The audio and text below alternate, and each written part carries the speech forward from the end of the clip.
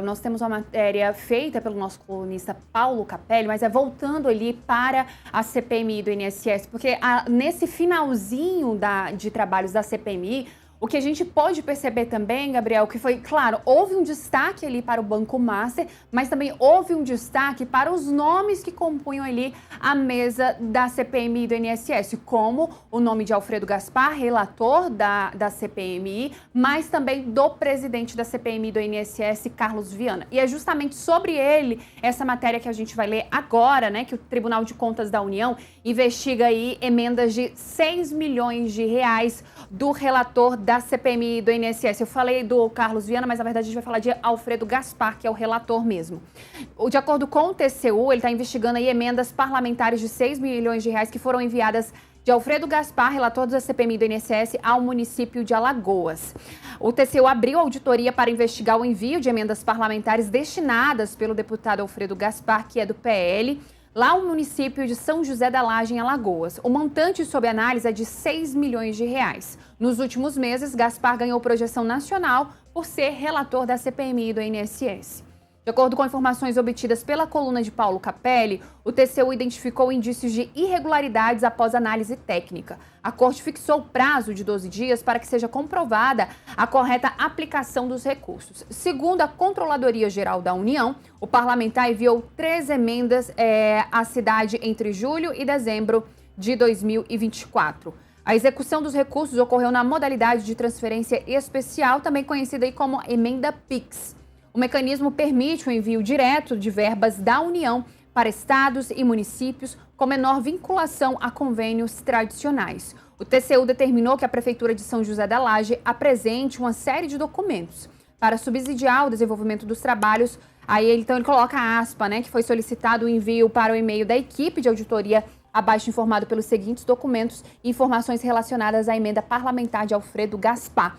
A gente falou, eu acabei fazendo uma confusão com os nomes do presidente da CPMI, porque a gente também teve emendas parlamentares enviadas de Carlos Viana à Igreja da Lagoinha, que gerou até uma discussão dentro da própria CPMI. Mas agora, o nome de Alfredo Gaspar, a gente lembra que ele foi também mencionado lá no último dia da CPMI do INSS, uma acusação feita por Lindbergh Farias e Soraya Tronic, que está em investigação pela Polícia Federal. A gente não vai falar sobre esse assunto, mas vamos falar sobre a questão do TCU agora está investigando esse envio de emendas parlamentares de Alfredo Gaspar. Gabriel, às vezes, você colocar luz ali, né, receber o protagonismo de uma situação, às vezes não é tão bom, né, porque esses nomes começaram a surgir logo com a CPMI do INSS, né? Exatamente o que eu ia falar, Marília. Uma vez que você ganha uma projeção tão alta como foi a do caso do relator e do presidente da CPMI do INSS, você também ganha o ônus de passar a ter o escrutínio sobre a sua vida, né? Ou seja, ter uma análise de tudo que você faz, principalmente na sua atividade parlamentar, que é de fato o que importa, uma vez que você é um servidor público eleito por voto popular e, consequentemente, tudo que você faz vai ser bastante analisado, olhado, observado. E agora o TCU faz essa abertura, são 6 milhões, o município me parece um município bastante pequeno, não consegui aqui checar exatamente o número de habitantes, mas 6 milhões é realmente um valor bastante alto e claramente isso vai precisar ser explicado. E é isso, a própria decisão do TCU dá a presunção de inocência ao relator, né? Ele tem 12 dias para explicar como esse dinheiro foi aplicado, há indícios de irregularidade, mas ele vai ter esses 12 dias para trazer ali notas, para trazer talvez a minuta de um projeto de construção de algo ou de asfalto. A gente não sabe exatamente para o que foi, né? Exatamente se foi para a área da saúde, educação, infraestrutura. Não sabemos exatamente com detalhes para onde foi esse recurso, para qual área foi enviado esse recurso, mas o relator, deputado Alfredo Gaspar, vai ter todo esse tempo, 12 dias, é bastante tempo para quem, de fato, se fez de forma lícita, fazer uma explicação, trazer ali documentos da própria prefeitura desse município para embasar ali que, olha, foi enviado, está tudo certo.